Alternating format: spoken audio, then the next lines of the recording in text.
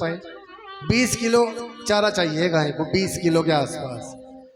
एक मीडियम गाय को 20 किलो चारा चाहिए।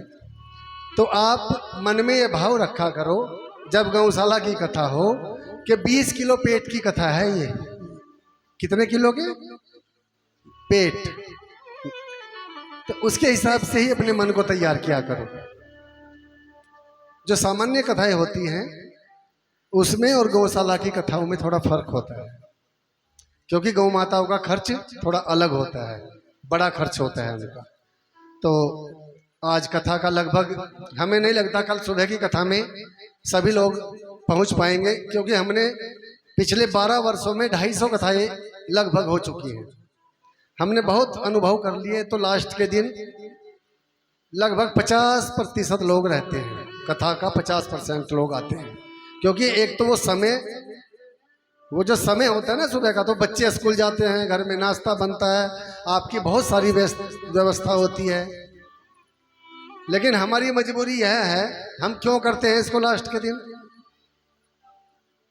हम भी अपना खर्चा कम करने के लिए करते हैं कि 8 दिन का झंझट मत पालो, 7 ही दिन में निपटा डालो। कल 7वां दिन है ना कथा का, तो 8 दिन तक रखेंगे व्यवस्था तो और खर्चा बढ़ेगा। लेकिन वह व्यवस्था इस कथा के लिए हमें सूट नहीं कर रही थी। यहाँ अगर आप इसको 8 दिन करें, 9 दिन करें, 10 दिन करें, इसमें कोई खर्च नहीं बढ़ने वाला था। क्यों कि जो भैया है पंडाल वाले, ये कोई किराए पर तो हमारे पास है नहीं। अगर किराए पर होता फिर तो दिन के हिसाब से हम देखते कि भाई जल्दी से निपटाओ। तो लेकिन हम लोगों का अभ्यास बन गया, जल्दी जल्दी निपटाओ और भागो। जो इकट्ठा हुआ इकट्ठा करो और भागो, ये हमारा अभ्यास बन गया है। 7वें दिन की जो कथा है ये सुबह ही होती है और दोपहर तक भंडारा किया और भाग गए, जबकि ठीक नहीं है। हमारे हिसाब से ये ठीक नहीं है। पूरे 7 दिन कथा होनी चाहिए, 8वां दिन अलग से भंडारे का होना चाहिए, वो अलग से होना चाहिए 8वां दिन भंडारे का। पर बहुत सारी बातें हैं वो मंच से बोल नहीं पाएंगे हम, हमारी भी कुछ मर्यादा है शब्दों की। लेकिन बहुत समस्याएं हैं अभी समाज में, धीरे धीरे इन पर चिंतन हम लोग कर रहे हैं। और अब तक तो हम ये सोचते रहे 12 वर्षों से कि चलो चलो चलो, ये जो चलो शब्द है ना, चलो समझते हो आप? किसी बात को इग्नोर करना उसको चलो कहते हैं। किसी बात को गंभीरता से उस पर चिंतन न करना उसको चलो कहते हैं। छोड़ो कोई और आएगा, छोड़ो कोई और आएगा। तो वो कोई और कौन आएगा? वो आएंगे फिर भगवान जी गदा लेकर के, हनुमान जी। और जब 4 लगाएंगे पीछे से तुम्हारी कमर में, तब बुद्धि तुम्हारी ठीक होगी। वो आएंगे जब। तो ये चलो की जो बीमारी है ना समाज में, ये बहुत गलत है। स्वयं जब तक हम नहीं सुधरेंगे तो युग कैसे सुधरेगा? पहले हमें सुधरना पड़ेगा ना, तभी तो युग सुधरेगा। शांति कुंज वालों का लिखा हुआ देखा हो, दीवार पे लिखते हैं कि हम सुधरेंगे युग सुधरेगा। वो स्वामी श्री राम शर्मा आचार्य जी ने बहुत सुंदर लिखा है, 50 साल पहले लिखा था आपसे कि हम सुधरेंगे तो युग सुधरेगा। लेकिन ये विषय बहुत अलग है, लंबा हो जाएगा। पीड़ा है अंदर की, वो वेदना है, वो मैं व्यक्त कर रहा हूँ। अंदर की वेदना, वो शब्दों के माध्यम से उनको मैं आपके सामने प्रस्तुत कर रहा हूँ। आप समझदार लोग हैं, पढ़े लिखे लोग हैं, इसका अर्थ निकाल लेना बाद में।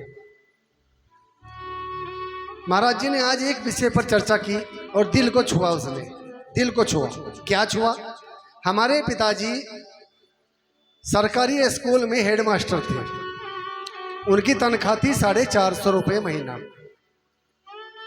450 रुपये।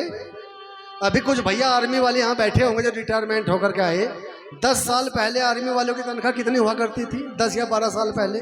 कौन सा आयोग आया था? वो 6ठा शायद या 5वां उसके हैं, जब पैसे बढ़े थे। उससे पहले कितनी तनख्वाह हुआ करती थी? कोई आर्मी का भैया बैठा है यहाँ पर? कितनी तनख्वाह हुआ करती थी पहले? अब सुनो, हम आपको क्या बताना चाहते हैं, ये बात है सुनने की। सुनो, अब उस तनख्वाह में आपने 4 तो बच्चे पढ़ाए। किसी के 3 बच्चे थे, किसी के 4 थे। उस जमाने में 4 और 3 बच्चे हुआ करते थे। 3 बच्चे पढ़ाए, खूब दान किया करते थे। और सबसे बड़ा कार्य क्या किया आपने पता? सबसे बड़ा कार्य जीवन का तुमने ये किया कि उनको पढ़ाने के बाद, शादियां करने के बाद यहां रुड़की में उनके मकान बना दिए उस तनख्वाह से। आज महाराज जी कह रहे थे 2 लाख का पैकेज है। कितने गार्जियन ऐसे बैठे हैं जिनके बच्चों ने रुड़की में नौकरी लगने के बाद प्लॉट खरीदे हैं? मुश्किल से 5% बच्चे निकलेंगे ऐसे। 2.5 लाख का पैकेज भले ही है उनका, 1 करोड़ का पैकेज भले ही है उनका। मुझे बताओ कौन से बच्चे ऐसे हैं अगर पिता की बराबरी अब तक कर दी हो उन्होंने? मुश्किल से 2% बच्चे हैं, 2% है जो पिता की बराबरी कर जाएंगे। तो जो 600 रुपए की तनख्वाह वाला व्यक्ति और वो 2.5 लाख वाला उसकी बराबरी नहीं कर पा रहा है, तो क्या कहोगे आप इसको? ये विडंबना है हमारे समाज की। वो 600 रुपए तनख्वाह लेने वाला व्यक्ति या 2000 या 5000 रुपए तनख्वाह लेने वाला व्यक्ति, उसने रुड़की में महल खड़ा कर दिया, जमीन खरीद करके मकान बना दिया उनके लिए। और वो 2 लाख वाला आदमी नहीं प्लॉट ले पाएगा। मैं स्वयं भुक्तभोगी हूं। मेरे 2 बेटे हैं, दोनों सरकारी नौकर हैं, अधिकारी हैं, सरकारी अधिकारी हैं, नौकर नहीं है। तो कल बेटा आया हुआ था घर पर, छोटे वाला। मैंने पूछा भाई 12 साल हो गए जॉब को, क्या प्रोग्राम है? दाल छोलों में निकाल दी सारी तनख्वाह अब तक। आज खाना उस होटल में खाएंगे, आज खाना उस होटल में खाएंगे, आज फलाने रेस्टोरेंट में जाएंगे। 12 साल में क्या किया? मैंने अपने बेटे से प्रश्न किया। तो आजकल के बच्चे बहुत होशियार हैं, बहुत चतुर हैं। वो टॉफी रखते हैं बढ़िया वाली, लैम चूसने वाली, लो पापा चूसो। तो मुझे क्या कह रहे, आप भी भुक्तभोगी हैं उसमें ही। 2% होंगे ऐसे बच्चे जो बाप से आगे निकल जाएंगे। अगर ज्यादा % आप निकाल दो तो मैं कल को दाढ़ी कटवा दूंगा आधी, क्योंकि मैं समाज में घूमता हूं।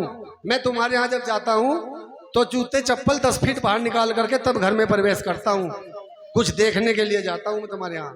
मैं चाय पीने नहीं जाता, मैं भोजन खाने नहीं जाता, मैं कुछ देखने जाता हूँ। यहाँ क्या चल रहा है, इस घर में क्या चल रहा है, यहाँ के बच्चे कैसे हैं, यहाँ की बहुएं कैसी हैं, ये भगवान जी को कितना मानते हैं, ये धर्म को कितना जानते हैं। तो हम उससे ही आइडिया लगा देते हैं आपके घर का कि आपके आने वाले 50 साल के बाद में आपके परिवार का क्या होगा। ये हम निश्चित करके आ जाते हैं वहां से। तो हमें क्या लैम्प चूस दी उस बेटे ने रात। कह रहा पापा वो तुम्हारा जमाना था जो जमीन वमीन पे फोकस करते थे, अब जमीन का जमाना है क्या? और क्या है, अब तो वो चल रहा है, वो क्या होता है, वो जो पैसे लगाते हैं उसमें, नहीं वो शेयर बाजार। अब तो पैसा शेयर में लगाते हैं। वो आपका जमाना था जमीनों का, तो अब कौन खेती करेगा, कौन खेती में घुसेगा? तो इसका मतलब आप और हम पागल रहे। हमें तो लगता है पागल ही थे आप और हम सब। अब इसका मतलब ये हुआ कि शॉर्टकट, आज की जो जनरेशन है वो शॉर्टकट तलाशती है। शॉर्टकट, तो वो शॉर्टकट का साधन है। आज पैसा लगाया, परसों को पता चल जाएगा आज शेयर मार्केट यहाँ है, आज इतना डाउन है, आज इतना अप है। वो रोज देखते हैं उसमें मोबाइल में, अब शेयर मार्केट यहाँ है, अब यहाँ, अब यहाँ। लेकिन ये शेयर मार्केट का जो पैसा है इससे भला होने वाला नहीं है। भला किससे होगा? आपने जो रुड़की में मकान उस जमाने में जो 10 लाख का बनाया था, आज उसकी कीमत कितनी है? 50 लाख।